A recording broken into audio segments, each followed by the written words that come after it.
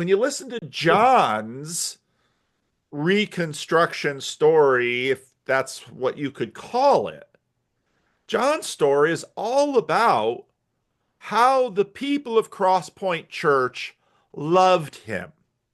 You know, the Yeah. pastors come and go. You're on different terms with different pastors as they come and go. But the people are the church, not the pastor. And the people of the church loved John back into the church.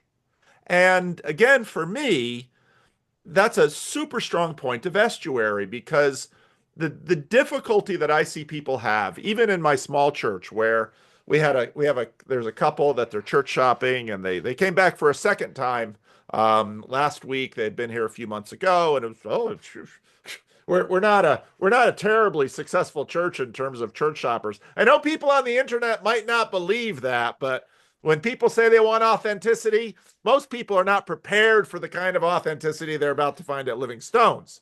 So watch the Freddie and Paul show, you'll get a taste. So anyway, these people came back and they talked about, I mean, the last time they were at the church and visited, the people of the church kept them like an hour later, just, who are you and how are you? And they said, yeah, this church is a super loving church. These are wonderful people. And sometimes a little much even.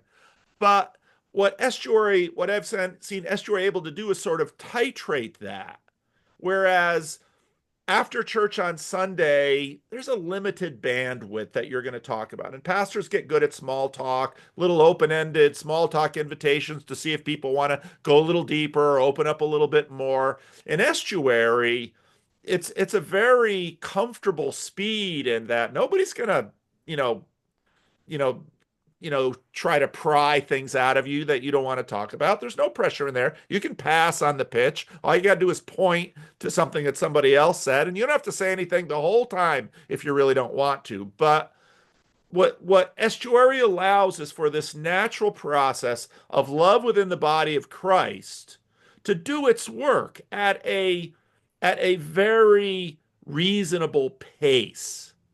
And again, for me, I look at that and I think, how not only are new people going to get woven into the body of Christ, and how are even for the people already here to continue to strengthen their unity if they don't have a space where, I mean, a couple of things came up in our estuary. One was one of the women of the estuary said, my washing machine broke.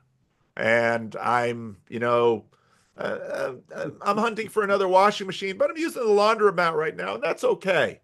That became a very interesting topic of conversation. Another person then said, yeah, and I got to Yep. buy a mattress. And so one of the things as a pastor too is that small talk is not small. It has its place. And it's actually an incredible component for building healthy relationships with one another. And in the span of an estuary meeting, there's small talks, there's laughter, there's incidental things. It has all the normal rhythms of human relationships.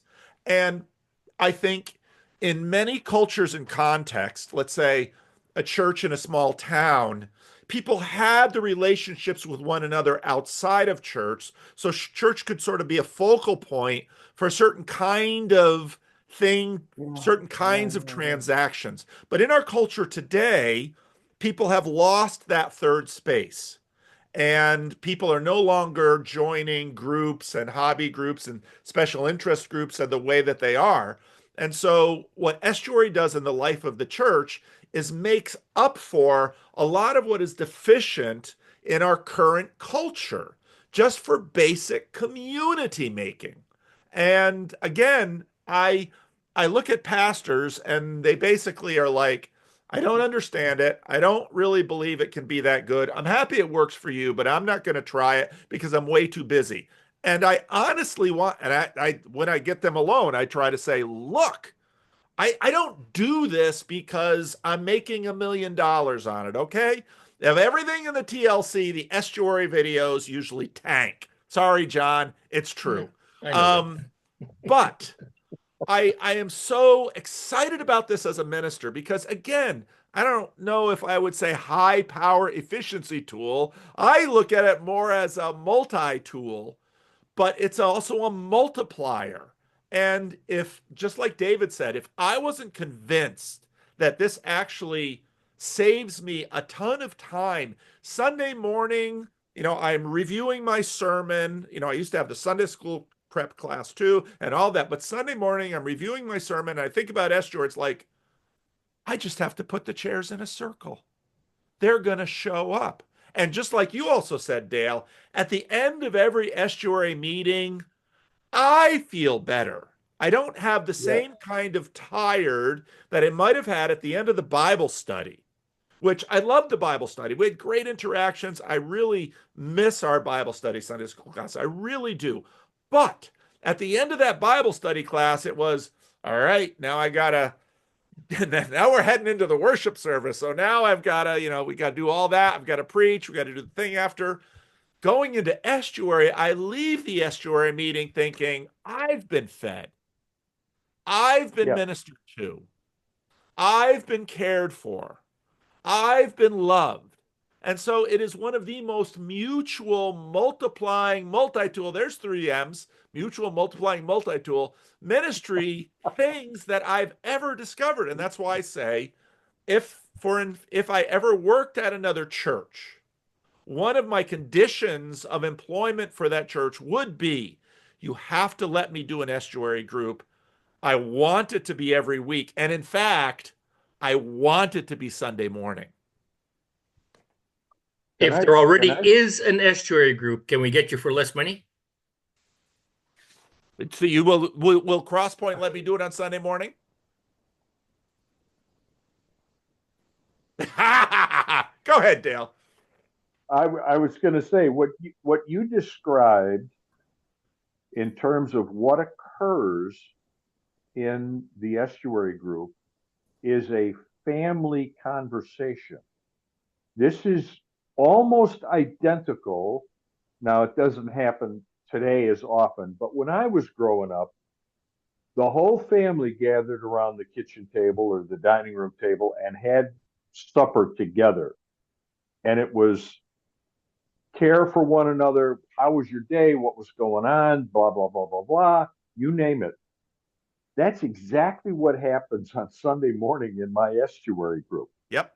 It's the family, the body of Christ. The family is getting together, talking about how their week went, what's on their mind, what's concerning them, all that kind of stuff. And it's done in the context of mutual love, affection, and trust. Nobody gets to be the bad boy like John and get whacked. They just they share, and it's okay. It's non-judgmental, which is part of the protocol, right? Um, and it's good. And they can't get enough. I run up against the clock every Sunday morning. Yeah, I'm sure you do for an hour. I couldn't do it in an hour. We do it in an hour, and I run up against the clock, and I go, "Okay, people, we have to stop this now because I got to get suited up. We got to get things ready to go." Shoot it up. What does that mean? Oh, Vendonk, We stop trolling. is this Go ahead, Dale. is this the whole crew? This is the conversation. Us Well, we four. wanted to get Nate's priest on, and I sent an email, but I don't know that ever happened. So we're going to press ahead. Um, I'm happy with the group we have. Those who are just Okay. coming in here, John Vendock and I were talking about Estuary, what it is. If you look at last Friday's live stream, where what Trip did is like, Paul, what really are you doing? And what really is this about? Is estuary evangelism? And it's like, well, it can be. But the more I work it, the more I see, and the more I work it every week, because I do it every week at Livingstone's, and I'm doing it increasingly on live streams. And yeah, live streams, it's not really the genuine article on a live stream. It's recorded. That disturbs it in some ways. The but I do think that it is in many ways primarily a pastoral care tool.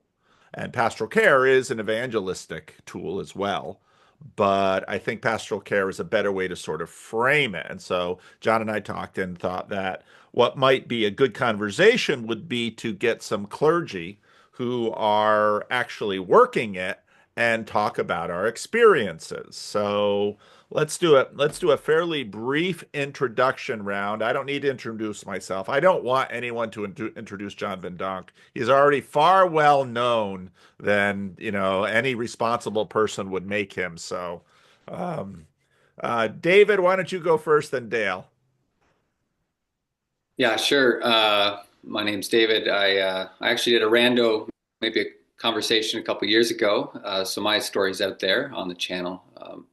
I'm a pastor in the Christian Reformed Church in Ontario, Canada, about an hour northwest or north of Toronto.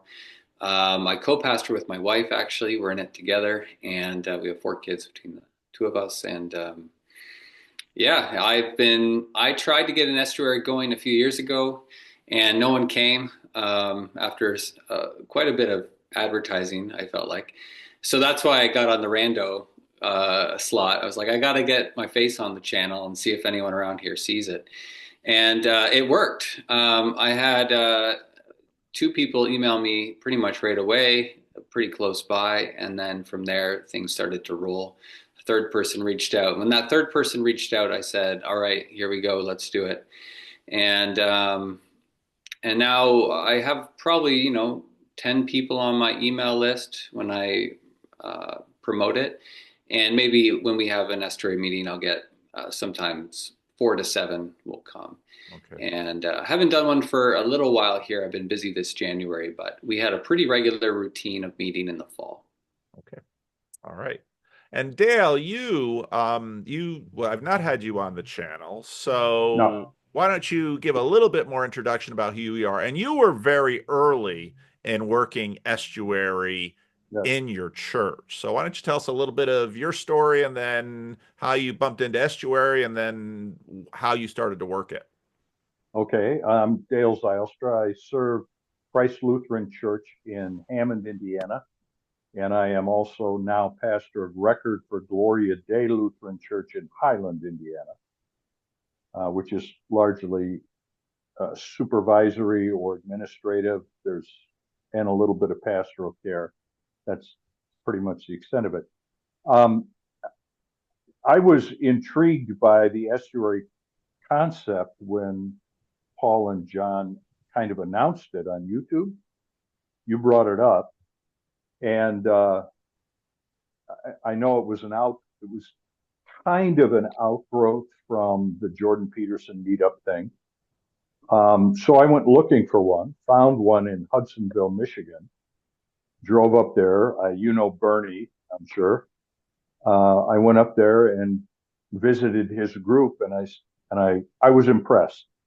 I thought, this is good. So a short time later, trying to sort out how this would all go, I actually introduced the concept to my adult education class at church and said, this is a new thing. Here's an example of the protocol. This is what we do. Would you like to try this? And they said, sure, we'll try it. So after the first meeting, I asked the group, there were about 8 or 10 maybe. I asked the group what they thought and whether or not we should continue this or do something else. And the unanimous response was, this is wonderful, let's do this. So then I asked the question,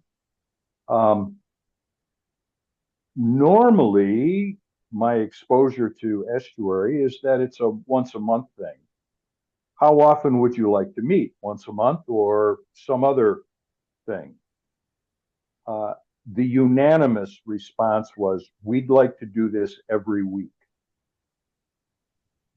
And so we do it every week. Now, the church group is shorter. It's only an hour long because that's all the time we have. So it's only an hour. Regular attendees vary depending on the time of year and the weather and all the rest of that stuff. But normally between 5 and 10 people show up. The success of that led me to launch a public group, which does meet once a month. And then because I live in Michigan City, which is 40 miles away, and St. Paul Lutheran Church in Michigan City was my former home church, I asked the pastor there if he would be interested. And he said, well, nah, I got too much stuff to do, but if you want to do it, go ahead. So I launched a group there as well. That one's less well attended. Usually 3, 4, maybe 5 people show up. So there's 3 of them that run. Is that enough, Paul? That's good. That's good to start. Maybe John and I should talk about our experience with it too, although more people will know. I started the Jordan Peterson meetup in January of 2018 at the request of John and a bunch of other local people. Like, well, we want to get together and talk about this. And so then we did a once a month and then a twice a month meetup. And then Jordan Peterson sort of, when he was ill and his wife was ill. And I also noticed that the group was sort of bottomed out. The Jordan Peterson topics, the group really didn't have a clear way of getting topics. We played with a few different things, and then John, and then Rod Hare was sort of leaning in on me with the question I always get. Now, what exactly are you doing, Paul? Where we're following you, but where are you taking us? And I didn't really have a good answer for that, but the concept in my mind was estuary, that this was that I'd long wanted a space where people from the church and people not from the church could actually mingle and get together and talk in a very unfiltered way in a very non-directed way about what was most important to them. And John Van Donk really, put together sort of this, what I called the protocol, and he didn't like it, but I have the YouTube channel, so he just has to deal with it. And this protocol. And so then I brought that out to the meetup people, and a lot of my meetup people, you think church people don't like to change. It's just that people don't like to change. And so a lot of my meetup people didn't really want to change the meetup group. It was their group, and they really also didn't want new people coming to their meetup group very much. They wanted to only meet with their kind of people. Again, you think church people are like that. No, just people are like that.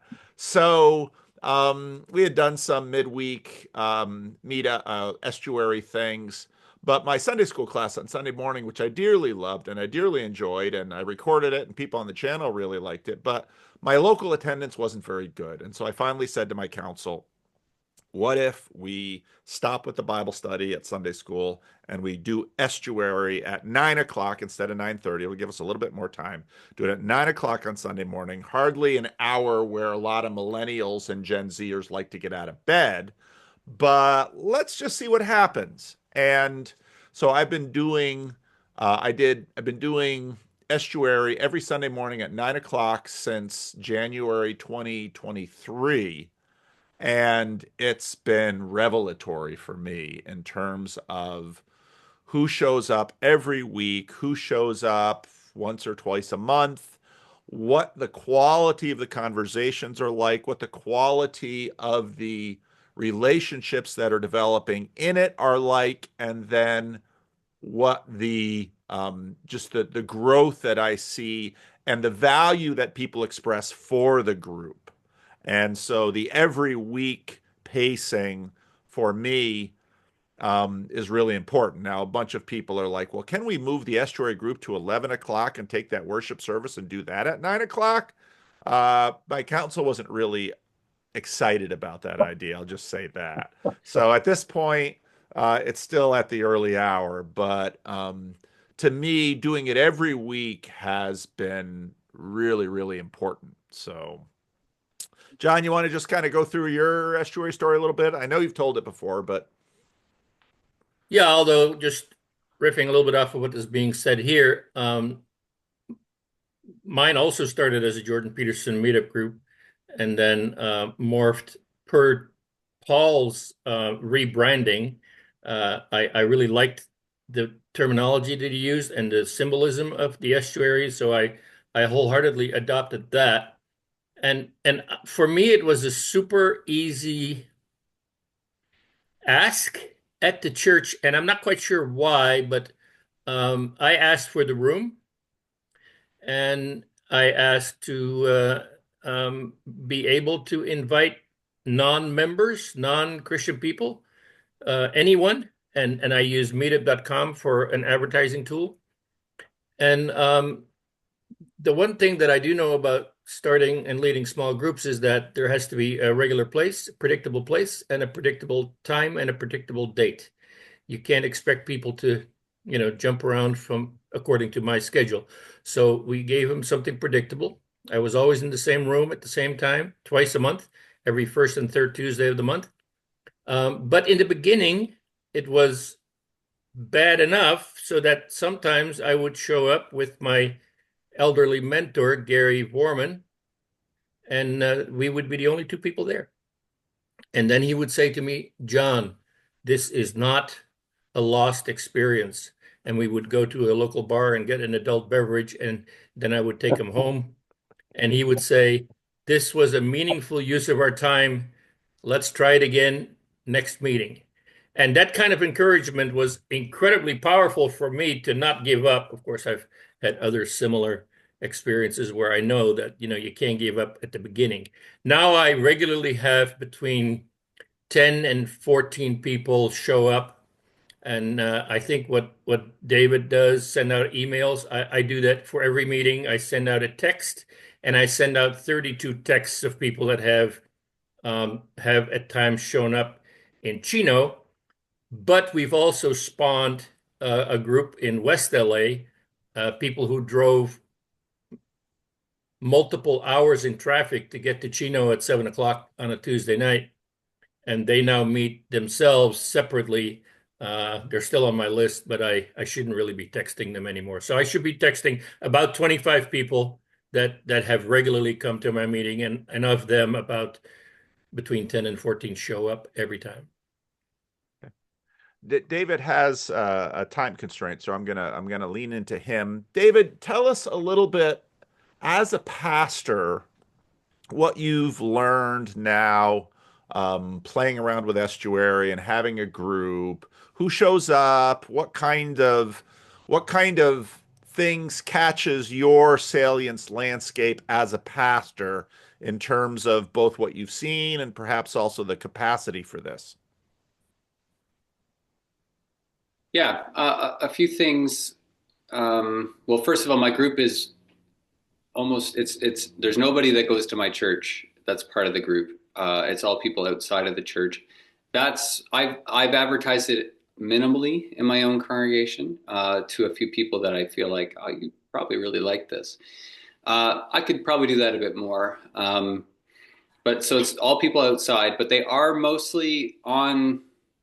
they're mostly Christian, or they have been Christian and they're kind of experimenting at the edges, but they get it. They sort of get the Christian story. They get who Jesus is, but they want to talk.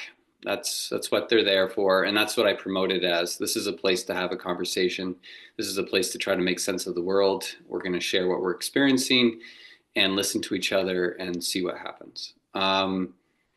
What's interesting is I think we've had a few sessions where it almost gets into a bit of like group therapy, where people share struggles, or just a sense of being lost, and how many other people are like, yeah, I feel that. And so we start to relate on a deeper level. What starts as maybe like in the realm of ideas moves quickly to, people's emotional experience of being in the world.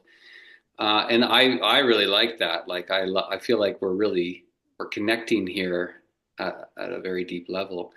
And so I've noticed that's happened a few times. And I must say, there's a few people who've been through recovery programs that are part of this, and they bring something that I think is very valuable, that authenticity of being able to share, the discipline of sharing and listening, that's there as well. but I'm surprised. Yeah, that has come up a few times, just people sharing their recovery journey and what they learned through that and how that's impacted their outlook, and what they bring to the table. So as a pastor, I kind of just kind of fan these things into flame a bit. Is there anything else you'd like to say about that? So and so just laid something on the table here that is of significance. Let's maybe pause here. And is there anything else that people want to say on this point? So try to not control things, but if there's a moment where we need to pause, I'll try to step in and let that thought or idea or experience that someone shared settle, and we can maybe go with that for a little bit. One interesting thing is that I'm now doing some pre-marriage counseling with some folks that came, and so in that sense it was a bit of a pipeline to a bit closer to the church. Now we're opening the Bible, talking about marriage, and thinking through all that. So I'm building relationships that I wouldn't have had otherwise, thanks to Estuary. So those are some of my initial experiences. How has it compared to some other small group programs that you've worked in your church? Well, I think it's similar in some sense. I'm pretty much endlessly curious about other people. And so I'm always trying to pull out from people, like, what are you really thinking? Not what you're supposed to think, but what are you really thinking? And I want to hear that, and I want to listen to that, and then allow that to, fuel the small group. I mean, I've done other teaching small groups where I'm teaching the Heidelberg Catechism or teaching a Bible study, and that's a bit more, I have something to say, I want to share and then kind of articulate what's being taught here. But then it's like, what do you think, right? And engage in back and forth dialogue. And then it becomes very similar, because Estuary, it's just, you're trying to get stuff on the table and have it so people can hear, share, listen, and see where it goes, right? So it's similar to things I've done in the past, yeah. Okay. But I like is the no agenda is kind of exciting in a sense of you don't know what's coming, and I think that's I like that. I like that because there's always something happening in the world, and there's always something happening in people's lives, and usually you go to it's not the same every time. There's always something new. So it's also nice as a pastor. There's no prep for it. Which is not a small thing. And one of the issues that when I talk to people about it, I often suggest that, and sometimes I talk to pastors about it, sometimes I talk to lay people about it. I suggest that the group will probably work a lot better if the pastor actually does it or leads one or is involved, instead of just saying, "Yeah, you can go do this. I'm happy to give you a room." Because for me, it's at this point in my ministry, I doubt I will ever serve a church other than Living Stones, but who knows what God will have. But I wouldn't want to work in a church without this, because I have found it to be so helpful in doing some things I've always wanted, in helping to see some things happen that I've always wanted to see, but I haven't quite had the same tool. Bible studies, I was always, the problem with Bible studies is generally that people are afraid to say something wrong, or they sort of mask what they really believe because they have an idea of what they should say. And like you, I want to hear what's really on your mind. I don't want to hear what you think I want to hear. I already know what I want to hear. I'm not interested in that. I'm much more interested in what you actually believe, because if you don't tell me what you actually believe, then we can't really talk, even if I do have an agenda. So anyway, Dale, now you've worked this for a long time. What have you learned? Well, to echo some of the things David said, you find out things about people that you would not otherwise know. it does take some time to build the trust necessary for that to occur. But once that's established, as long as you know what's said in the room stays in the room. You know, it's kind of the confidentiality of the confessional. As long as you've got that and people adhere to it properly, then people begin to open up in ways that they wouldn't otherwise open up. Um, it's different than small group because small group always a, has its own protocol. There's always it's topical or something, and so everybody's trying to hone in on one thing, and that's not what Estuary does. Estuary is, I call it a conversational stream of consciousness. It starts one place and then floats through the room, and where it ends up is anybody's guess. But it's fascinating, and you can watch the now. Admittedly, I have one group that's church defined. It meets every Sunday. The other groups are public. They meet elsewhere. But I actually asked the people in attendance last Sunday morning. I said, I've got this Zoom call coming up, and the topic is estuary pastoral care? And it was unanimous. Yes, it is. And I went, really? Now, we had run out of time, so I didn't get a chance to really dig into it. But I thought that was interesting that they see it as kind of a form of pastoral care. The other thing about estuary, which is interesting, is it very, very closely mimics CPE, clinical pastoral education, which is all about getting the other person to talk and just listen. Yeah. Which is really mostly what I do, unless they ask me specifically what I think. Otherwise, I don't contribute to the group. I just manage it. So this is very much CPE in a way. Yeah. It's different than the chaplaincy in a hospital or somewhere else, but it's kind of like chaplaincy in your own congregation. Yeah. In a way that people didn't do before. So I think it's very valuable. Well, I hadn't put it together with the CPE angle. That's interesting. Now, John, you're not currently ordained in a denomination, but you were an ordained minister in the Christian Reformed Church, and you have a long history with small groups. And of course, you and I are a little biased because this is our baby. But and you've run a lot of different groups too. I mean, the Sleepless Nights, and that's the name of a group for those who don't know, the Sleepless Nights.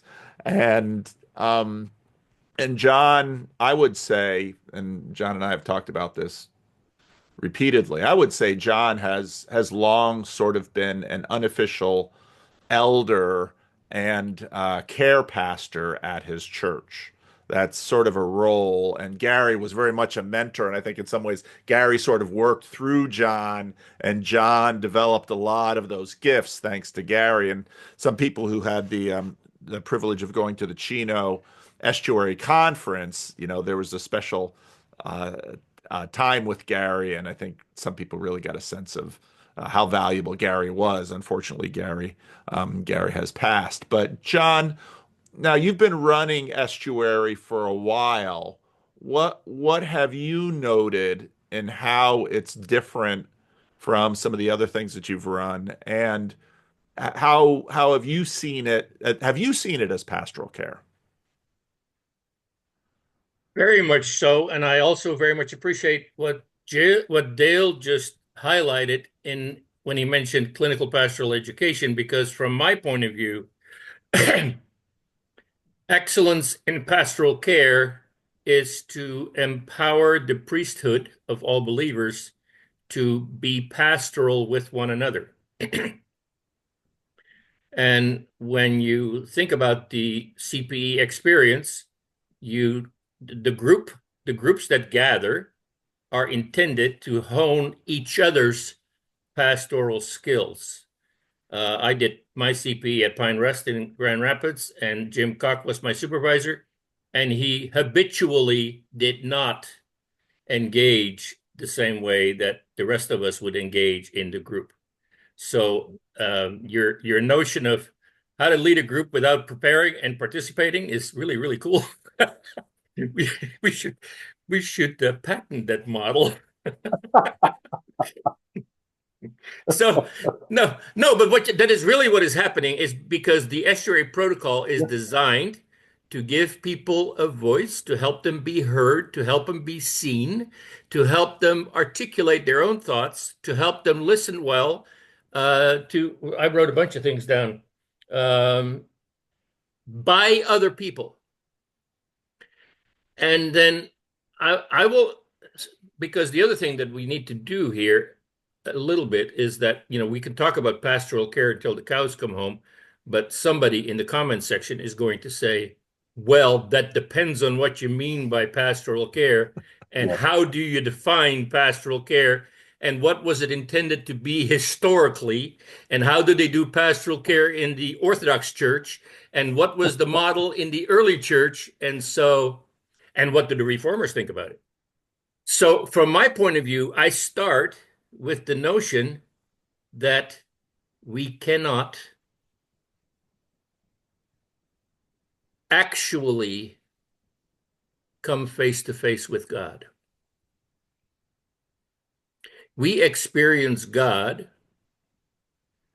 through a variety of other means, whether it be the sacraments or the scriptures or the Spirit that touches our heart. But to a significant degree, it is also the way that Jesus is embodied in other people, and the Spirit speaks through other people to us. Those people, we gather in a room. That's what the Estuary Protocol does. We gather people in a room, and we trust, or we believe, or I believe, and I communicate that to the people. Well, when you speak, people may hear more than you intended to say. Maybe God speaks through us in some fashion, and we can hear something. And then, of course, then the immediate response is, well, yeah, but you got to be a Christian to believe all that. I was 18 years old, fresh off the boat from the Netherlands, and worked for a dairy farmer in Ladner, British Columbia, just on the other side of the pond from Victoria, right there by the Tsawasan Ferry. Dave knows exactly what I'm talking about. So the Ladner Christian Reformed Church in 1969, Aaron Geistifer was the pastor there. He later went to Maranatha and then became a campus pastor. And I remember sitting in that farmer's kitchen where I was milking his cows, not in the kitchen, but in the barn, to clarify that. But I remember sitting in the kitchen, and Pastor Geistifer showed up. And me being the arrogant 18-year-old that I was, you cannot imagine that I ever once was a person like that. But I was truly a little bit testy. And so I felt compelled to tell Pastor Geistifer that I thought that religion was just made up when people saw a beautiful sunset and they couldn't explain it. And they said, well, we'll call it God. And he did not argue with me. He let me say my weird, unconsidered or ill-considered or poorly considered notions. I have subsequently begun to refer to them as myopic mental meanderings. Those were my then myopic mental meanderings. He let me express them at will, listened carefully, thanked me for my contribution to the conversation, and left. He went home. He didn't do anything. And do you want to know how long ago that was? He didn't correct you, John? He did not correct me. Now, do you know how long ago that was? And as if he knew well enough that you weren't correctable. Well, there's that. There's that. But my point is that stuck out in my memory after all these years as an incredibly godlike, patient, pastoral, fatherly thing to do. And I remember him to this day in that capacity. And so that is what I kind of think some of our pastoral care, some of it comes in times of crisis when we have to go to funerals or there's deaths in the family or other hospital visitation. These are all the times when we need to be pastors to people in their hour of need, or we are pastors with people when they consider marriage and we talk them through all the pitfalls. I just did that in Scotland with my nephew. Anyway, that's a whole other story. But my point is that there is also a sense in which being pastoral is to represent God in regular conversation with people who do not necessarily have all their intellectual pieces all in a row, the way we teach the Catechism or the Belgic Confession, and that do not regularly attend church, but they have questions, they have thoughts, they have ideas, and God can and does speak to them. And the one thing that I think is important for me to not do is think that I am the only spokesperson for God. Then it becomes possible in an estuary setting to listen to each other and to represent God with each other. And that's what's been my experience. And the trust thing that you mentioned, Dale, is very much the case in my group. I have Jews, atheists, former Jehovah's Witnesses, a Muslim guy, a couple of people from my church that participate, and we have a wonderful time together, and we have built relationships, and a little community is forming, and so yeah, we love each other. Let's talk a little bit about church participation, because that's been an interesting thing. Dale, you were the first one that I know of that sort of rolled it out just within the church, and then you sort of rolled it out as church adjacent later. Mine started very much as church adjacent. And now when I placed it at Sunday morning at 9 o'clock, I got a few people from my church. I'm still struggling. I would like to get some more participation from people of my church. I'm also not one who's too heavy-handed with these things, because if you get too heavy-handed, you get a bunch of the kinds of things that John Van Donk was just talking about. And so I encourage and I remind and I advertise, but I don't pressure. Um, but it's been interesting to watch. So I've got a one couple in the church come very faithfully. Another woman who's not technically a member of the church comes every week. Other people in the church will come now and then, but it's been, for me, part of the blessing has been having the church people and the unchurched people who are skeptics or atheists or difficult to categorize people. But what's been interesting is they get to know each other, and they get to know each other on a personal level, and they develop relationships with one another. And I think in California, the churched people are pretty aware of, because almost everybody else is unchurched in their circles. But for the unchurched people, it's a little revelatory to them about, because, especially because some have come because they saw me on YouTube, and so they know I'm a pastor, and it's a little weird, never really known a pastor, don't quite know what to do with a pastor, but Paul seems nice. He doesn't bite people's heads off. He doesn't fit the mold, the preconceived biases that I had about what pastors were, et cetera, et cetera. So talk to me a little bit about this sort of dynamic of those who are from the church participating, especially when they're participating with people who are not from the church. Well, that occurs in two different contexts. So the Sunday morning estuary is entirely congregational members. So in that context, there are no what you would call outsiders, although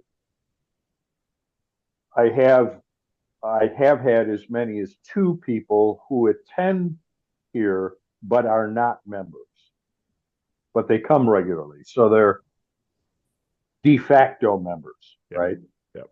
So, but what I found interesting is that there are about 3 sometimes 4 people who attend every Sunday morning, who also attend the public group Okay. once a month. There's something about, this goes back to the trust issue and all that, but there's something about establishing the space where people can communicate openly with trust that really pulls at some people. It really pulls them. I don't know exactly why. Um, I'm not a psychologist, so I don't know how that all works, but there are some people who really feel the need to be able to sit with other people that they know and trust and be able to talk openly. That it's church adjacent, I think, is an important thing. I went to one that was not church adjacent, and it had an entirely different feel to it. Now, it is true also that every group has its own spirit. So when you go to, Michigan, or you go to Chicago, or you go someplace else within reach of me, you go to some of those meetings, they're entirely different. The conversation, the personalities involved, all that kind of stuff is very different. So each one is its own microcosm.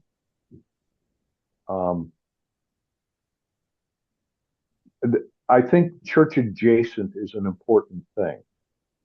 You brought that up before, Paul, about being church adjacent. I think that's a big deal.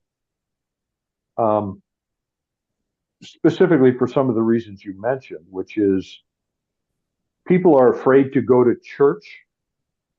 Some people are afraid to go to church, but they can go to the fellowship hall of the church, and the pastor's there, and you know what? It's okay, because he's not beating anybody up over the head. He's not telling them they have to come to church on Sunday morning. He's just there having a conversation with them, and that's a big deal. And who knows where that will go? Christianity is all about the invitation anyway. It's not about beating people over the head. It's about inviting. It's a microcosm of our relationship to God, which is the invitation to have a relationship with the divine. So I'll shut up. Go ahead. All right, David, what are some of your thoughts on this? So you haven't been successful at this point having a lot of overlap. Why do you think that is? I'm not very good at promoting things. That's pretty much it. Yeah, I haven't invited as many people. I'm not too super public about it. Yeah, that's pretty much the biggest thing. And then a bunch of the guys in my own church or people, some of them would be interested perhaps, but they're very busy. And so it just ends up not including them. But I think it would be good to invite more specifically now. I have a few people in mind, and so it's just a matter of getting that word out. But like I said, all the people that come are pretty much Christian. They're not all connected to a church. They're all trying to they're putting their life together, but Jesus is a part of that. And so they bring that to the table. And so I'm actually kind of hoping for more diversity as far as not more Christians, but I'm not going to say less, but you know what I mean? Like I'd love a bit of more of a mixed group. So if I invite people from my church, that's nice, but I'd love for the group to get more diverse in different ways. Yeah. Go ahead, John.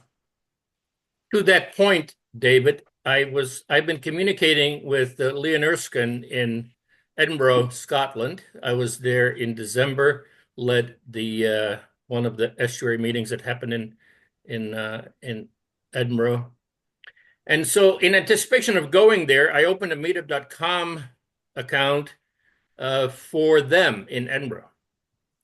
And I made it identical to my meetup.com account in Chino, used all the same language, all the same pictures, all the same everything, except that the location was Edinburgh, Scotland. Before I got there were already 9 people signed up. Right now, there are 19 people who have signed up to be members of the group. Now, you have to realize that in meetup.com, there's always a difference between the members of the group and the people that show up at the events. It's kind of like church. There are people that are members of the church, and then there are people who actually show up at the services. You know? So that's kind of a simple thing. I need to use my account for that purpose. So I wrote Leon, I said, hey, you need to take over this meetup.com account. I'm going to drop it. If you don't take it over, you lose connection with those 19 people that you can invite. Why does that matter? In Chino, my meetup.com Inland Empire Estuary has 150 members to the group, which could conceivably be totally meaningless, except that I can send out 150 emails to these people and try and hook them some way. And of those 150, about 20 have shown up at a local estuary at one time or another. And about 2/3 of my current estuary group that meets at Chino came to the meeting via meetup.com. The majority of them are not religious, not church members. They just show up because they're looking for something to do on Tuesday night. So I would strongly recommend then to Leon Erskine in Edinburgh. He says he cannot keep that account open because it's too expensive. I tell him, Liam, go to your pastor and ask the church to support that, not only by giving you a room, but by paying for that subscription, because that is one way that they, the church themselves, can symbolically reach out to the community without having to lift a finger. And you can do the same thing, David. I can even set up your meetup.com page. Well, I had one. I got a bunch of people liking it or whatever meetup people do. But I would reach out, no one would get back to me. I set the dates, no one came. So I got a little discouraged, and I certainly didn't want to pay the fees, so I dropped it. But I could start again. I'm sure my church would. I'd have to pitch it a little bit. They're like, "You're doing what? Or what are we paying for?" They might be interested. Another thing for the internal advertising at Crosspoint Church, we have a banner of activities that goes around before the service, all the different groups that meet. And somehow I've been able to convince the communications director that Estuary should be on that list. We also have a page on the church webpage special for Estuary. And when there is a ministry fair at Crosspoint Church, I get a table, and then I get to stand there, and people walk by and they say, "What is Estuary?" And then I tell them what it is. And so I've had 2 people come to my group that are faithful, steady members that came from the ministry fair route. So, well, John, talk a little bit about what's been the result of having some, because you've always had a few people in church that have sort of backed this and had, supported you and supported this. So how has that dynamic between the meetup.com people and then the Crosspoint church people, how has that dynamic gone over the long term? Are you talking specifically about the people who are members of the church who come to the Estuary meetings? Yes. Yes. Yeah. That is a absolutely wonderful, marvelous relationship. Now, perhaps it says something about the quality of Crosspoint membership, because the people that have come to Estuary from that group, I'm thinking about 3 or 4 in particular, but one of them also happens to believe that eating together is a sacrament. Eating together is a sacrament. No matter what you eat, where, it could be hot dogs on the beach. Anytime any group of people eats together, it's sacramental. And so he has, on 2 consecutive years around Christmas time, invited the entire Estuary group to his house for dinner. And we would have 22, 23. The first year was 21. The last year was 23 people. They'd come, bring their girlfriend, and we just all sit around and have a lovely meal together.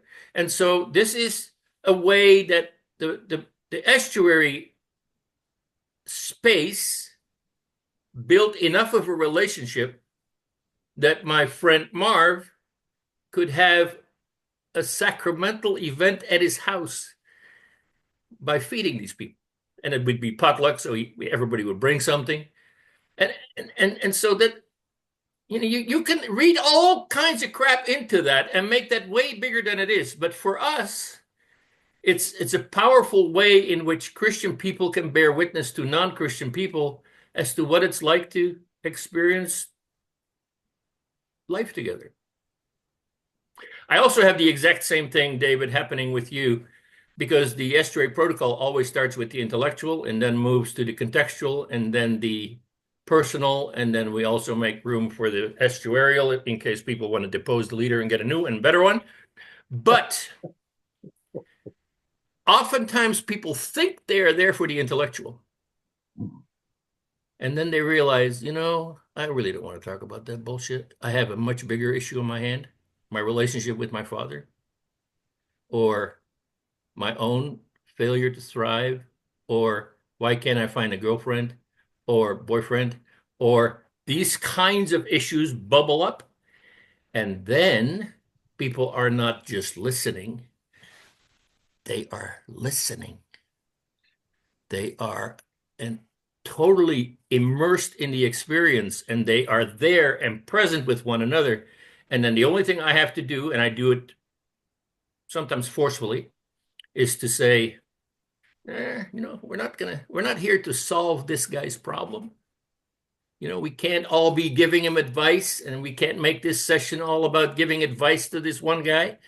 So let's back off a little bit. I like how you say that, David. Let's back off a little bit and let's find out what is on the table right now, and how do we individually and personally relate to that. I love the way you said that. David, I know you have a cutoff, so I want to give you a chance to say anything that I haven't prompted you, but any other thoughts or insights that you have to sort of share with this conversation. I don't know how much further we'll go when you have to leave, but go ahead. Yeah, I keep thinking about this idea of estuary as pastoral care. And I don't actually, that's not my frame. I think pastoral care can happen there. And it sometimes does. And I think sometimes in pastoral care, the best thing is just to listen.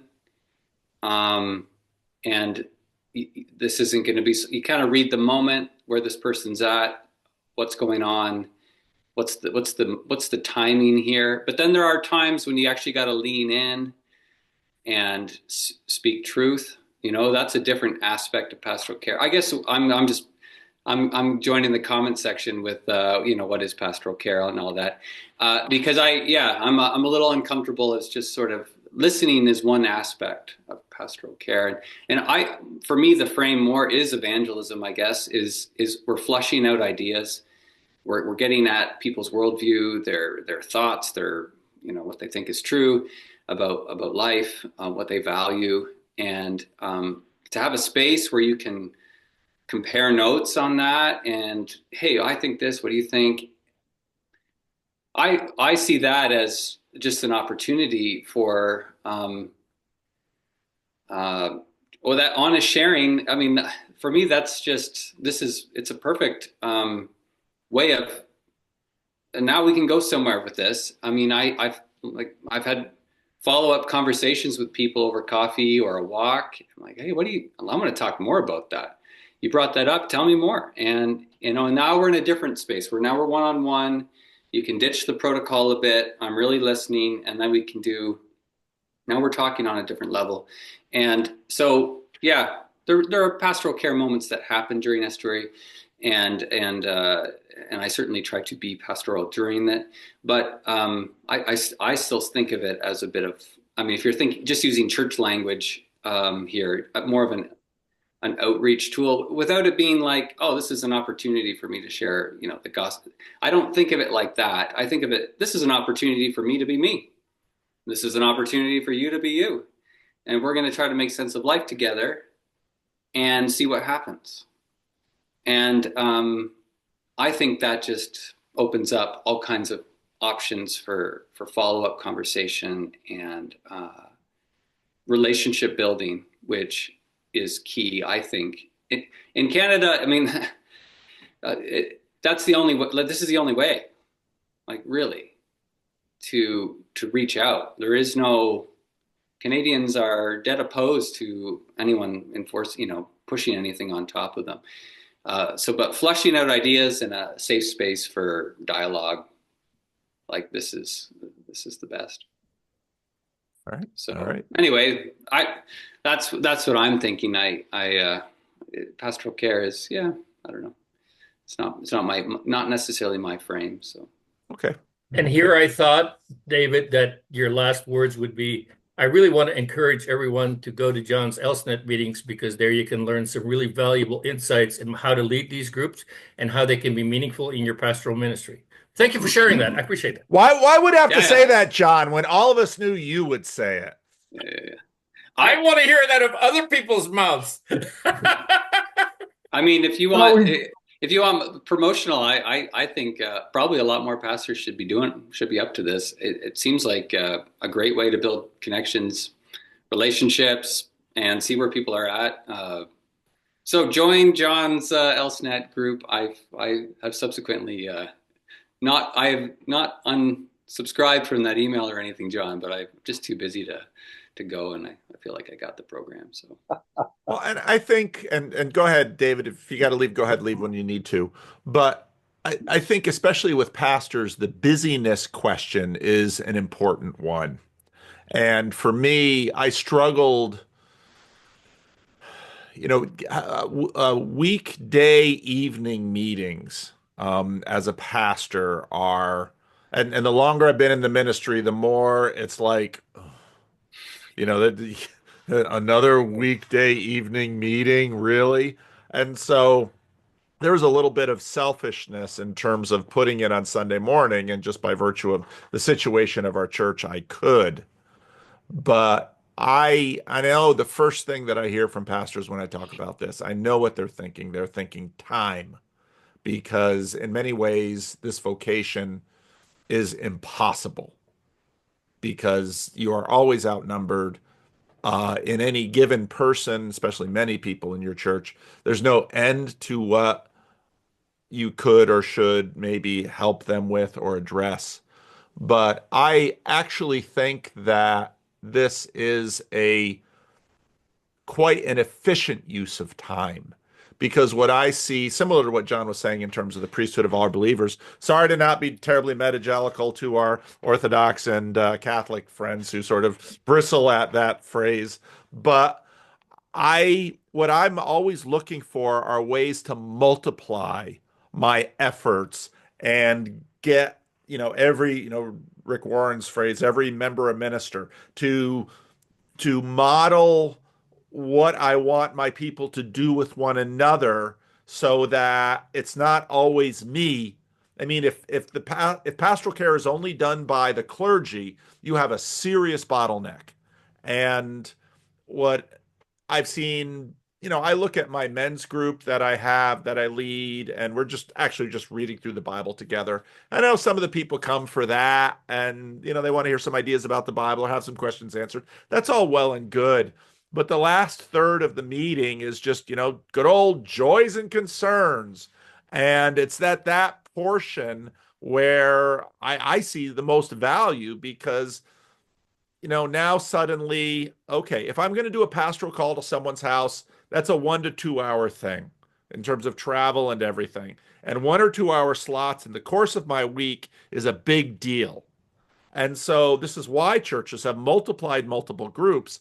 And I see this kind of multiple group having potential. And, fair enough. Not just pastoral care, but also evangelism, but also community, and it's sort of a, it's sort of a multi-tool. Mm. And the reason I want to at least have a group to do, and I don't have the need to train other group leaders because we get Vendonk to do all our training, but the idea is if I can have a multi-tool that I can multiply myself in the context of the church, then the hour and a half I spend in Estuary every week, that's pastoral care, that's evangelism, that's leadership training, it's leadership multiplication, Mm. it's all of those things. And so for me, that hour and a half multi-tool, I have zero problems. And I have it on a Sunday morning. That's a high demand time too. But for me, it's that valuable a thing that I say I can cut out a lot of other stuff, but this I'm going to keep doing because I multiply myself far better through this than I do through a lot of the other things that I do. I have to get going, but just a thought for people who are thinking about it. I wouldn't do it if I wasn't getting something out of it. So I wouldn't do it if I was just, oh, I got to think of an evangelism thing here. It's like, oh, I wouldn't do it for that reason.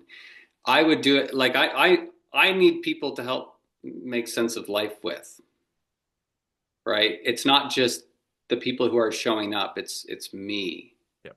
I want to talk, and I'm eager to hear what other people are experiencing. Not for kind of a selfish reason as well. Like I need it too. So, and maybe that's just my own nature. I'm solidified in my worldview, so to speak, but I'm constantly bombarded. I'm trying to make sense of life, and I want other people to do that with. So that's my reason is, yeah, it's not just work. Another thing Pastoral care for the pastor. Right. Yeah. Exactly. Self-care. Go ahead, Dale. Exactly. Well, I was just going to say, we tend to think of pastoral care as a one-way thing, like it comes from the pastor to somebody else. You're actually doing it. But with Estuary, what's happening is the pastoral care is actually a two-way street. It also has an impact on you. To John's point earlier about Jesus is speaking to you through those other people. So you're getting it too. We have it seems like we have too narrow a view of what pastoral care actually is. John mentioned the sacramental nature of eating together. All of those things are pastoral. So I think Estuary there's a place for visiting people in the hospital. There's a place for holding someone's hand when they're dying. There's a place for counseling somebody who's going through trauma of one kind or another. Those are different. That's the one-way thing, kind of. Although anybody who's done any hospital visits know that it came back to you too. Yeah. You got to see something that you wouldn't have otherwise seen, or heard a confession from somebody that you would not have otherwise heard, that may have changed your life. Yeah. That's a huge deal. Mm. It's a huge deal. So I'm all in with Estuary as pastoral care. You bet. You bet. Absolutely it is. Gotta run. Pleasure to reflect with you guys. Thanks for showing up, right, Dave. I thanks, appreciate David. your contribution. David. Thank you. So long. Peace and blessings, David. Same to you. All right. John, you wanted to say something a little bit ago. Just that point to David that I'm 100% sure that Estuary will never be the only thing he does. Yeah. So there will always be other opportunities to share the gospel, speak truth to power, do all the one-way things that we normally do. We preach, we do counseling. We have all kinds of different opportunities to get the word out. and Estuary could possibly be one place where the word comes back to us, and the word becomes flesh, and the word becomes a word event, to use Karl Barth, which is what I'm not supposed to say, according to Fred Closter. Fred Closter's long gone to glory. Did you go to CTS, Dale? I'm sorry? Did you go to Calvin Seminary? No, Oh. I did not. Okay. Pacific PLTS, Pacific Lutheran in Berkeley. Okay. I'm a left winger. Oh. You know what I went to at Pacific, at the Pacific School of Theology in Berkeley? I went to a clown conference there. The use of clowns in ministry, for real. I did that. Yeah, I'm sure. There's all kinds of stuff like that going on. You bet. Let's see you in makeup and a little car, John. That could be fun. I'd actually pay money to see that. I am me Yeah. too. Well, there you go, John. A new scheme. well, no, I better not. This is kind of off the topic, but you mentioned Meetup, and I have to say, David canceled his Meetup, and I've been tempted to do the same thing. I've got 77 members on meetup.com, other than the ones who joined on Meetup after they went to the Estuary group. I've gotten one person who came to a meeting from Meetup, and I think for whatever amount of money it is, I don't see the value in it. So let me ask this question, though.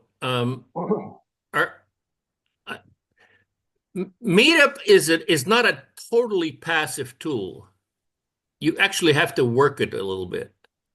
In other words, you want to change the page profile a little bit. You want to use some different graphics. You want to get another tagline. You want to personally invite people to an event that's happening.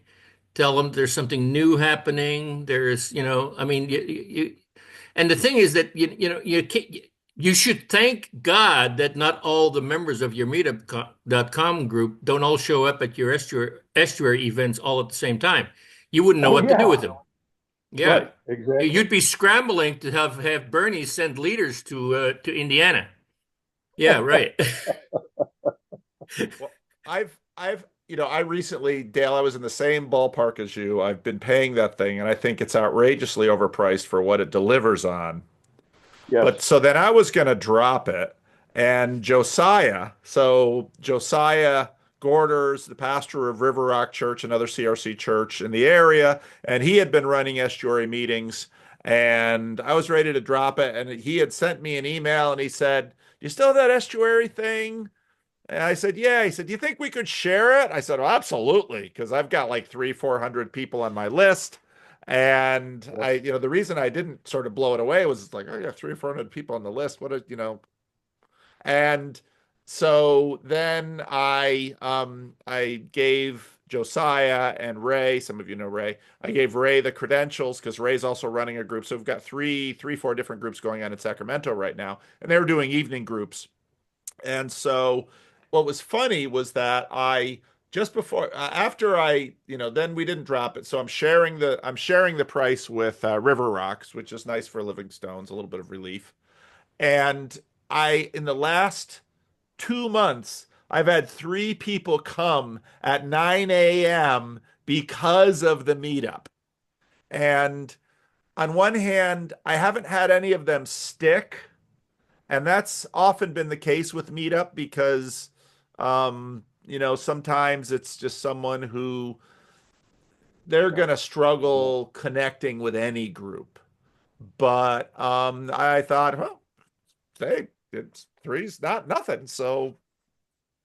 Yeah, but when I say that about cultivating it, there's 2 things that you have the option to do. And if you have 300 people on your meetup membership, you have 300 email addresses of people that you can write a note to about something that obviously at one time or another caught their attention. Yeah. A conversation group.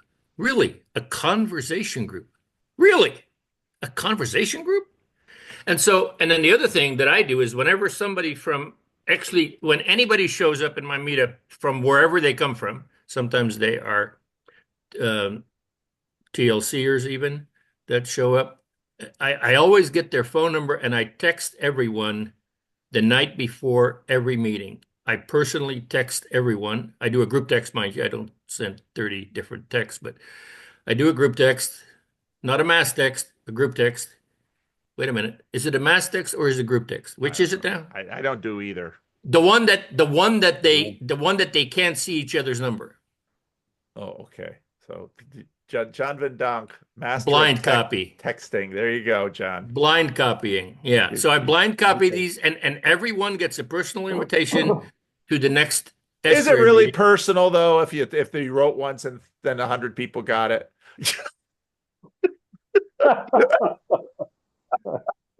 You Sorry, just got the sorry. one finger salute, Paul.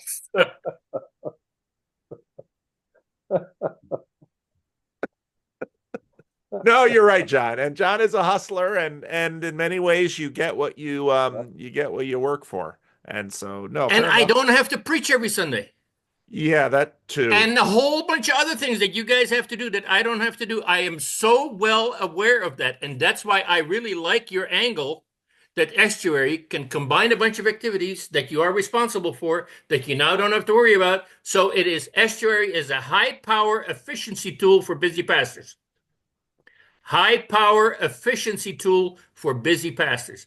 Why can't we get that? Okay, and right now I have to do one more thing. I don't know if you're getting ready to hang it up, but I promised Grim Grizz that I would give him the proper credit because on November 7,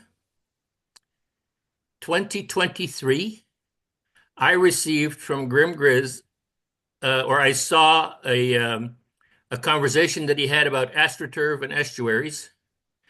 And in it, he made some kind of a comment that we ought to train teams of people to go out and contact church organizations like ministerial associations or groups of clergy and introduce to them the concept of estuary to use that as an entryway into their communities as a way to formalize the church adjacent concept.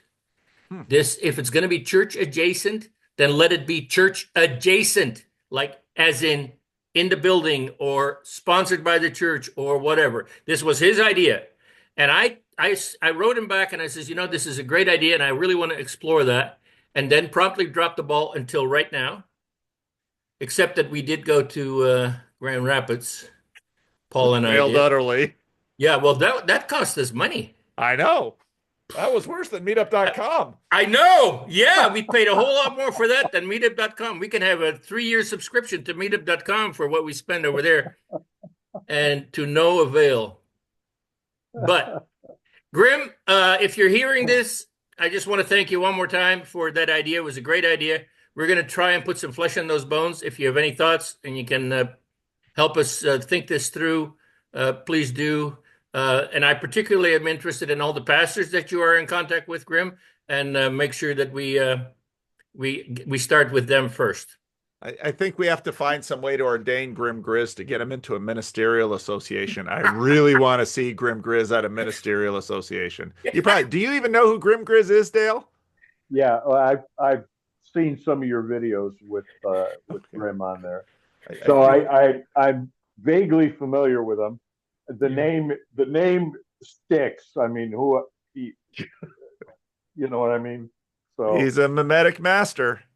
And you know what? You could easily get him ordained. That's not a problem. Yeah. We can make him the patron saint of Paintball for Jesus. There you go. Yeah. I mean, what, $50? I'll chip in 10. The grift. He's grifting through us. That's great. I do have a question though. this church adjacent issue, because I've approached several local pastors.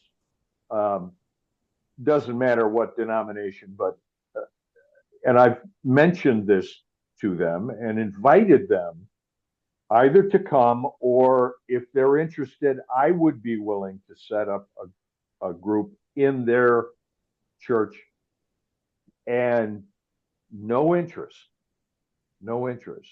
And I wonder, this is purely speculative, but I wonder if it's one of these not in my backyard thing. You're coming in from the outside and not invented here. No, I don't think so. Okay, let me give you a funny incident, an anecdote that has happened 2 years in a row now. Crosspoint Church lets me have the music room, which is in the far back. It has a separate entrance from the back parking lot. And that's what we use for our estuary meetings on every first and third Tuesday night, except in June. In June, it has happened twice now that I'm informed, sometimes at the last minute, I'm informed that I can't have the room for that evening. And why is that? It is because that is when we have the evening daily vacation Bible school. And our church insurance policy does not allow us to mix little children with strange, predominantly male adults. So would you please vacate the premises? Because they have no control over who shows up there. I don't have any control over who shows up there. So what happens on Sunday morning? The little children are very protected. Oh. I mean, very, very protected. Our church is a super secure place. We have, in fact, we have multiple security observers walking around in the course of a Sunday. And so, but on an evening like that, they get, the way that they protect all the little children is by locking down the church. And they have somebody by every door. Wow. And then they can be reasonably sure that the little children are safe. And it's a point of advertisement. They say that to the parents, bring your children to us and we'll keep them safe. Well, you can't say that and then have one of your doors open, and we share the bathroom. So you can't have a locked campus. It's like an elementary school. You can't have a locked campus while at the same time a bunch of strangers from the internet, that nobody knows, and they self-identify as slightly weird and on the spectrum. And I didn't say that. You said it. You said it. We all know it. It's recorded. I ain't editing. It's here. Out loud too, John. Out loud, you said it. Anyway, you cannot have both. You cannot have open access to the campus and promise security to the little children's parents. But I don't think that's the issue, because Dale, John, and I have been banging on this door for a very long time, and I think part of it is about pastoral psychology. If I didn't invent it, if it's not coming from a trusted source, I'm not going to give it the time of day. Because, and part of that is that all of us know that pastors are just bombarded with ministry ideas and ministry publishers that want to colonize us to use their material and use this new hot book as the, this is the widget that will turn my church from 100 to 5,000 in 3 years if I just go to this conference. I mean, we are marketed to incessantly, and part of the thing that we face all the time too is, okay, so I love the name Estuary, I'm not going to change it. But people hear it and they're like, "What? An estuary? You mean like the Delta? Like, the Mississippi Delta? I mean, what on earth are you talking about? The Meadowlands?" So there's the name question, and then even if you get past the name question, well, what exactly are you doing? And it's not an easy thing to describe. It is really something that has to sort of be experienced. And again, any given meeting is going to be different. And some meetings go better than Yeah. others. And any observer, even within a meeting that's going well, they're not necessarily going to have the same experience. So it's a tough sell. Yeah, I think you're right. I've been frustrated. I've talked to a number of local pastors, also classmates of mine, that I knew from seminary. Hey, I got this thing going and it's going great, and Well, you but the might want very to. principle of running an estuary is relinquishing a great deal of control. Yes, So how many people become pastors who major in relinquishing control? none. Not many. Well, But except the three of us. that's right. And they booted me out. So there you go. Exactly what happened, John. You can't take that credit. You can't take that rebel credit. That's that easily, John. Um, but no, I think there are a lot of dynamics to this that make pastors a particularly tough nut to crack on this issue. And Okay. So then let me put this in this video. So any pastor worth his salt has to somehow acknowledge that there are people, sometimes young people, who turn their back on the church and disappear, and the pastor is the last person to know about it. They get sour to the formalities of the church, or they get sour to the teachings of the church, or they are in some way embittered because they don't get this their way and that their way, whatever it is that, or they're deconstructing because they read stuff online in other ways, and their deconstruction process is going a little bit faster than the church can keep up with. And the pastor does not have time to meet individually with every one of those people who are on some kind of a deconstructing pathway or trajectory. At nor Crosspoint is Church, often welcome or invited into exactly, that. The pastor's the exactly, last person they want to talk to because they're right, afraid the pastor's going to muck up what they feel might be their liberation. yeah. And at That's Crosspoint Church, exactly people that's are given exactly right. permission to identify themselves as on their way out the door, but please stop by Estuary first, if and when you do so. So that's part of the narrative at Crosspoint Church, that whatever questions, issues, complaints you may have, stop there first because you can freely discuss them there to a sympathetic audience. Yeah, and John Van Donk's left before, so John. If there's I'm if there's pretty good anything at about leaving. coming and going, Van Donk has already done it. He's deconstructed. He's reconstructed. He was evangelized. You know, he still can't really be an office bearer, but hey, he's one of us. But that is what Is the this pastor actually says. That is what they actually say that about me. So John is simultaneously weird and safe. So go hang out with him, let him deal with all these people so that we don't have to bother. And so yeah. But I mean, if you advertise it that way to a pastor and you have to say to him, says, what do you do with all those people? How do you handle the people that somehow are no longer as fully committed as they once were? What do you do with the people who have doubts and questions that arise out of their exposure to the internet, and now all of a sudden the gospel is not so clear cut and obvious anymore? So that presents an obvious challenge to every pastor, and they can put their head in the sand and say, well, it's not happening in my church. They are completely deceiving themselves. Oh no. So, okay, well then becomes an all the more reason, it seems to me, to install or to create another waypoint along the way where both people on the way in can stop in and learn more about what this is all about, and people on the way out can stop in and compare notes and maybe hang on for dear life for a little longer. Or discover amazing grace, love, compassion, Jesus in the flesh, a sacramental meal and stick around. And I'd like to, and again, back to the body of Christ point that you made earlier, John. Even in John's own story, um, pastors come and go. They do.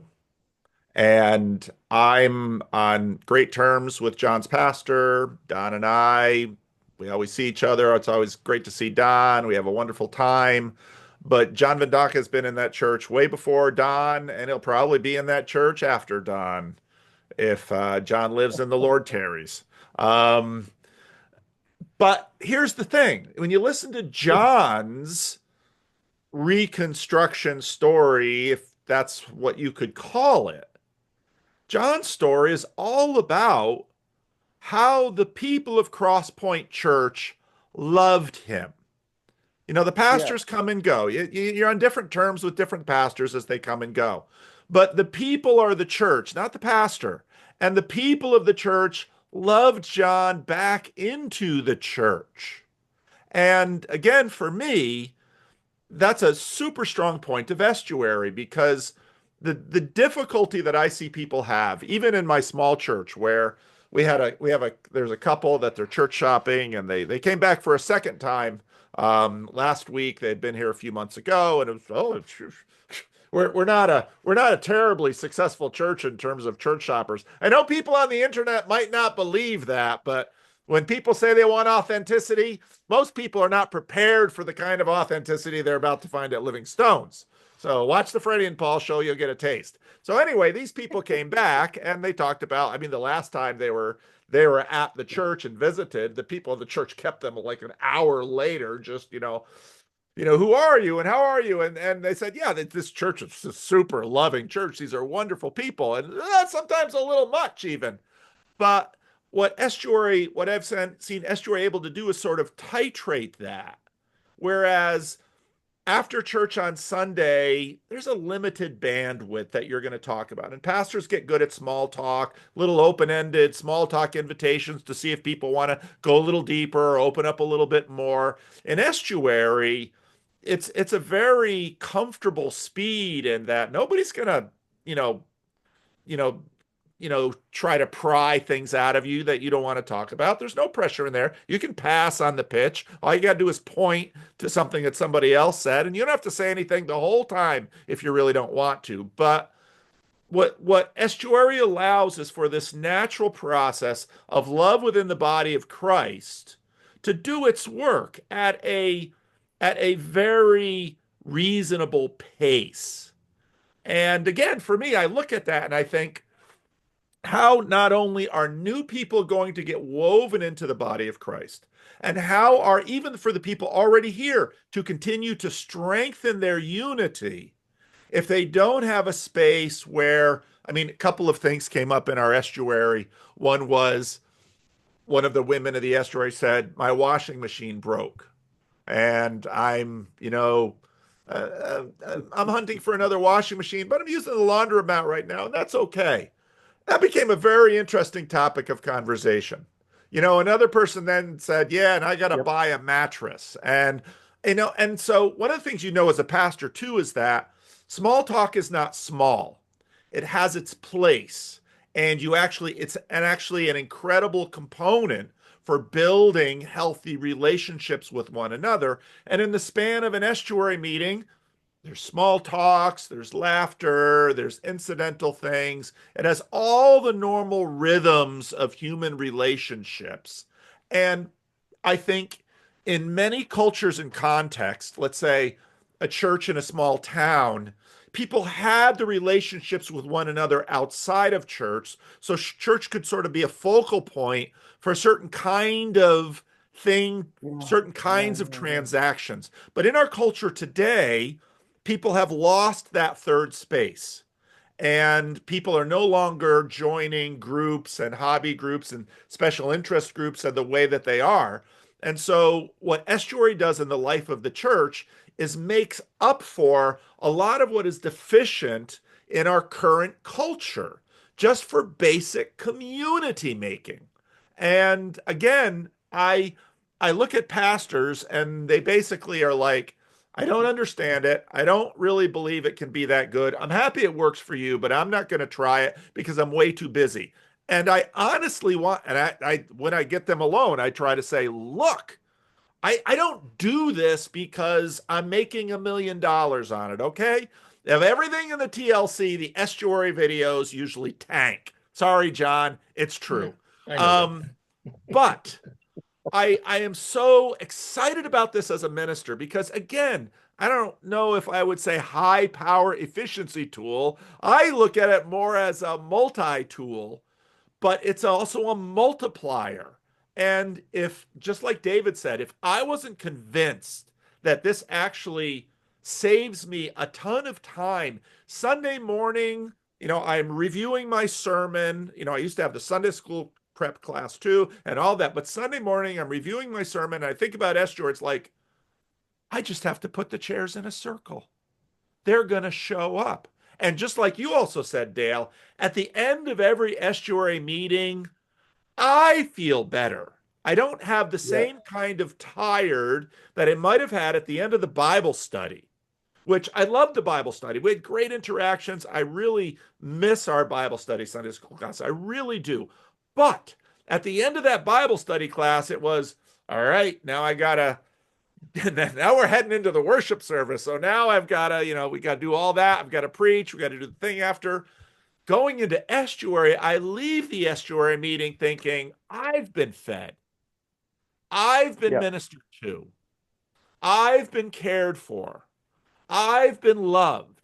And so it is one of the most mutual multiplying multi-tool. There's 3M's, mutual multiplying multi-tool ministry things that I've ever discovered. And that's why I say, if I ever worked at another church, one of my conditions of employment for that church would be you have to let me do an estuary group.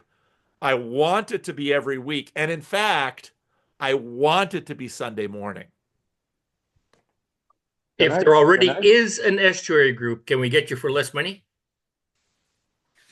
So you will Crosspoint let me do it on Sunday morning?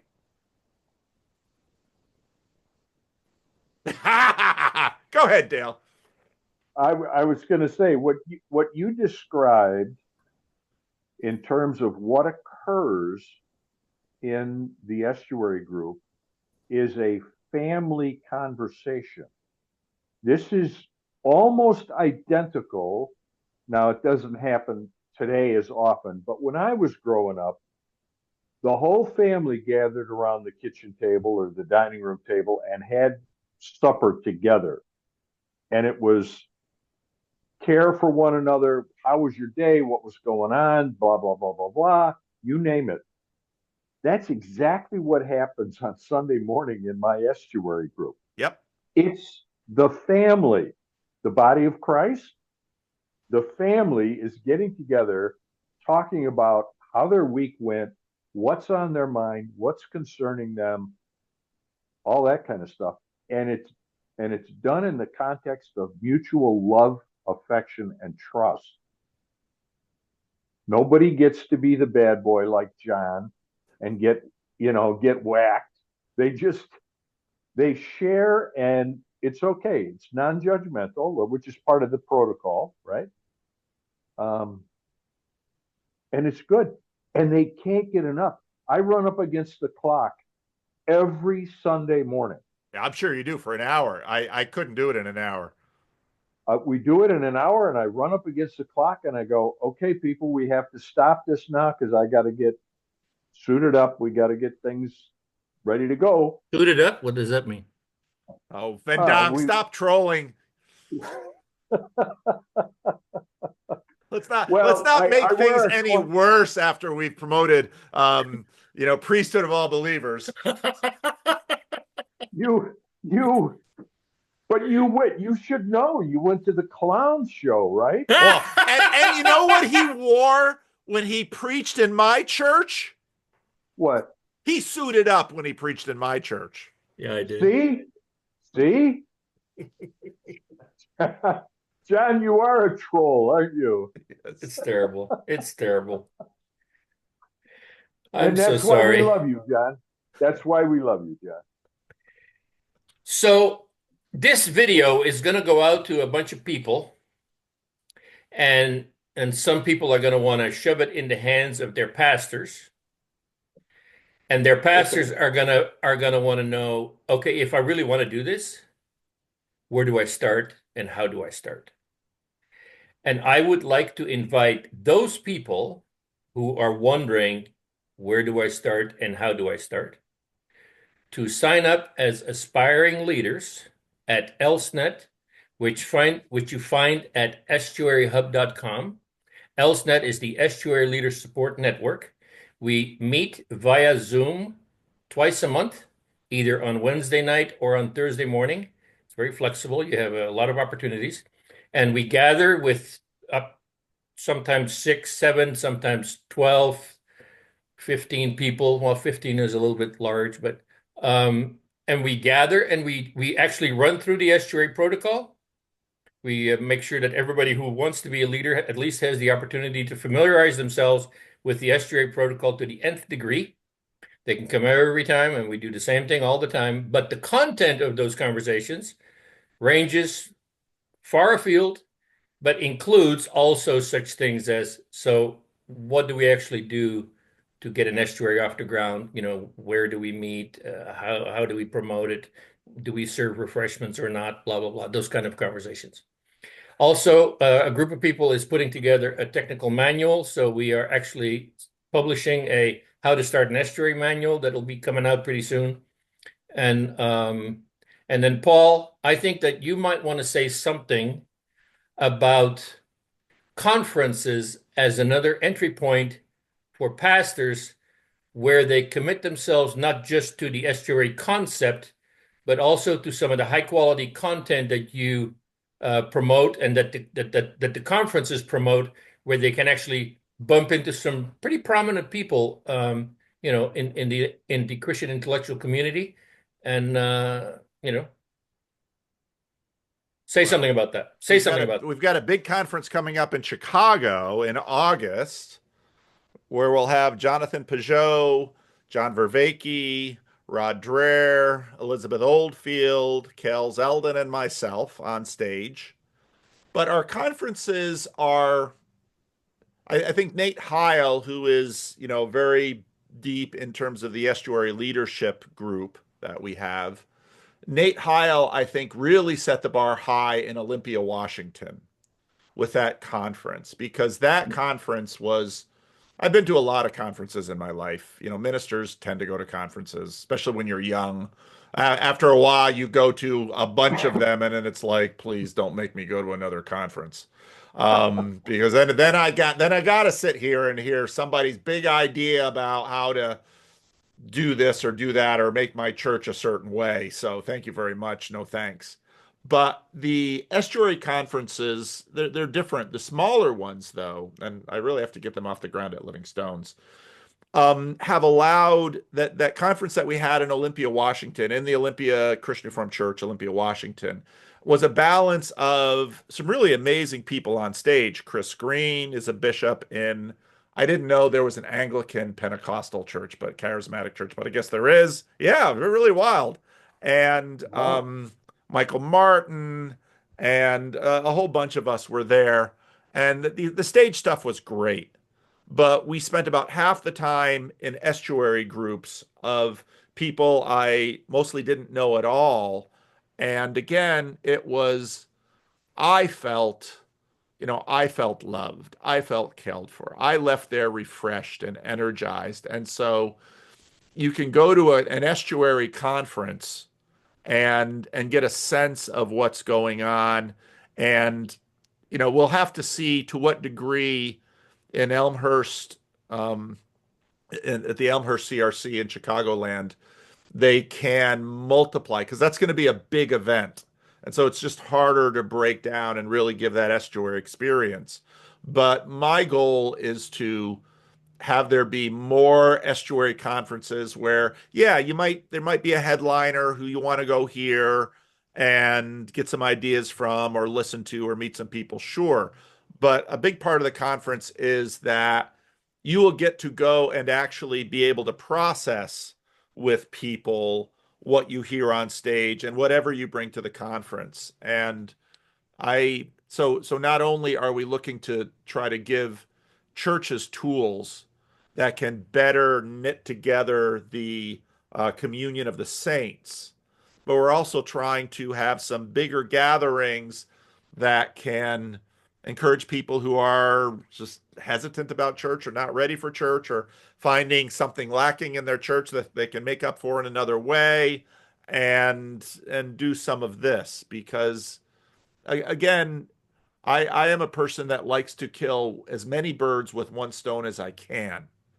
And so many of the things that I try to do have that element where it, because yeah, we're tremendously stressed and busy and harried. So let's be really wise about how we spend our time and do multiple things at once. We don't all have to be specialists. So yeah, so there will continue to be conferences that come out and at some point I really do have to sort of crack the nut on if I'm encouraging other people to do it and people have done it, but I'd like to see other size gatherings support this effort so that let's say a pastor could go to a conference and say, "Oh, but here's the thing.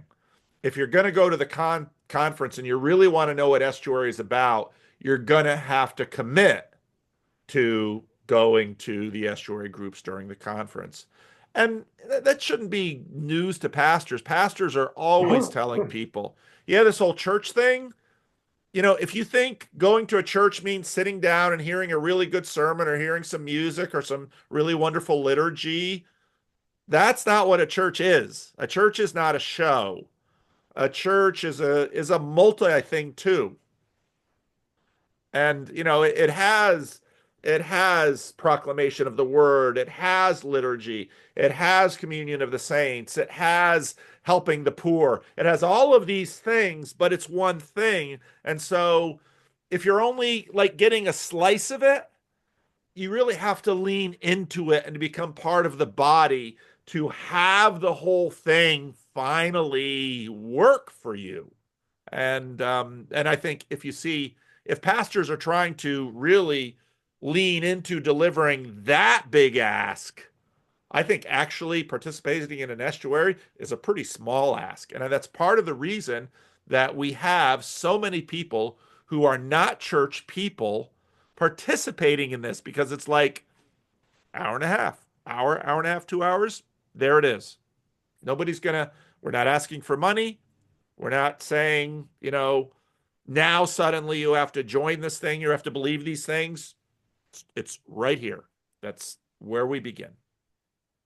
And as Reformed people, as Reformed churches, not necessarily excluding the Lutherans, but as Reformed people, we have this cultural mandate to shape the culture, to transform the culture. And when we look around and we say that certain cultural patterns are deconstructing or evaporating before our very eyes, and we no longer have third spaces the way we used to, and then as a church, with as much urgency as you would want to feed the poor, feed the hungry and serve the poor, so you might, with that same urgency, want to recreate and put some energy into creating third spaces simply as a way to sustain our culture, as a way to contribute to the lives of people even outside of your church community that in some way are deprived of an important feature of life. So let's create some spaces where people can come together and find each other and listen to each other and talk. My definition of an estuary is a space for mutually respectful conversation across ideological lines, a place where we can do away with some of the pillarization and the siloing, and can cross various barriers and come to a better understanding of who we are as people. I think that's a valuable ministry that the church can offer to their surrounding community. Yeah, I agree. I'm all in. We just sold the one guy who's been in for 5 years, but I should also mention that I'm not talking to you guys. I'm talking to the people that are going to be watching this I know, video. you give John a Yeah, of soapbox, course. and we should also mention that the four of us, of course, David had to leave. We are not the only pastors that are doing this. Nope. That there are in the U.S. and Canada and other places, mostly Australia, Germany, the Netherlands, the Dutch. They're such a stubborn people, you know. Just really, we're getting more and more traction in the Netherlands. How can you say that, Paul, when everybody on this screen right now is of Dutch ancestry? Well, it's no credit to us. You didn't have a say in it, did you? Well, maybe it's just the Frisians, huh? John, are you going to set back Dutch-Frisian relations again? I can talk about the Frisians because from my mother's side are Frisians. I've got Dutch, Frisian, and Jewish. How much more stubborn could I be? You know. And Dale's got a Frisian last name. I'm the only regular normal Hollander.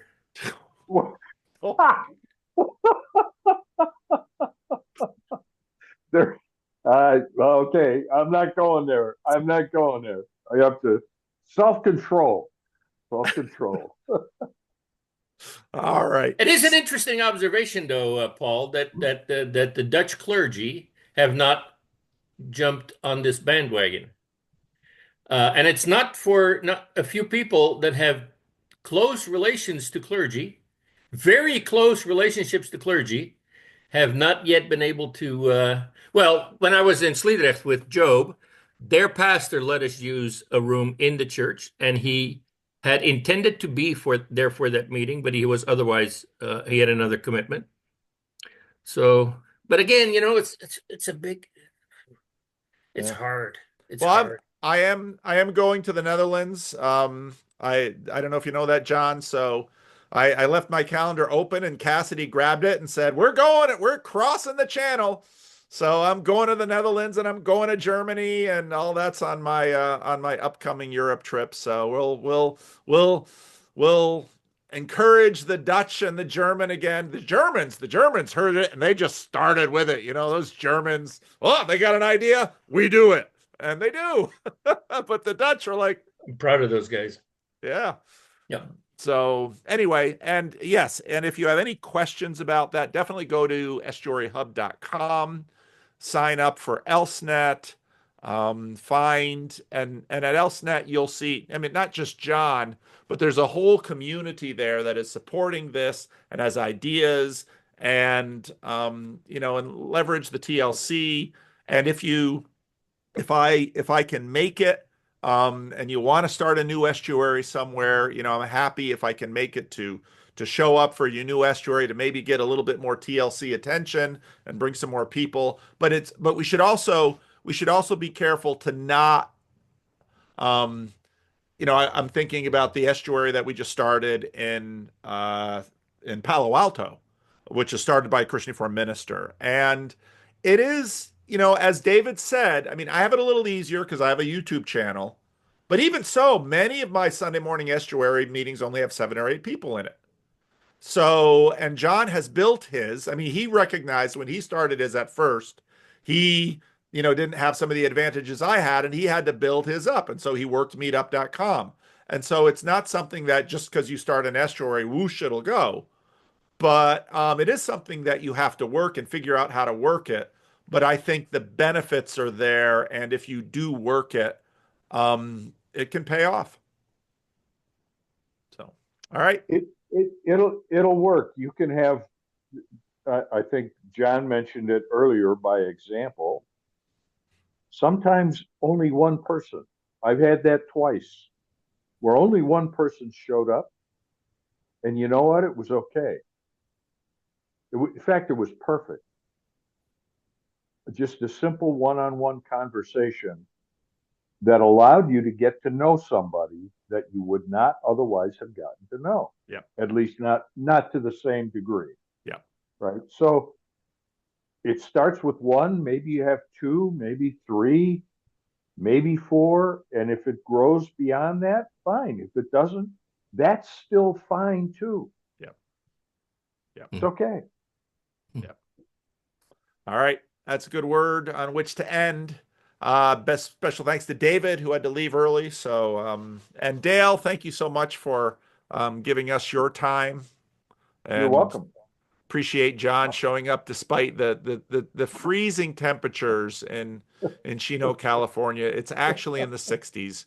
Maybe we should start a GoFundMe to relieve the poor people of Chino and send them winter coats because they don't know what to do. Poor John. Poor John. Poor John. Gentlemen, it's been delightful. Yeah, lovely to see you guys. All right. Well, Thank you. I'm gonna sign off right now. So thank you Okay. all. Yep. Bye-bye. Bye-bye. Approaches are, that's where the alignment is between Grim and I. Okay, so what is bringing down the fourth wall project, Grim? A terrible spell. And part of that spell, the humans have the campfire circuitry. For whatever reason, probably because it. So, like, the television engages that. And, like, that's when your tribal elders are passing on information and stuff. So, like, those things are hijacked and make everybody feel like they're audience. And, like, if you watch characters in series that do break the fourth wall, and that's what the fourth wall I'm referencing when I do it. It's the wall behind which you are audience and not a human. So. Okay.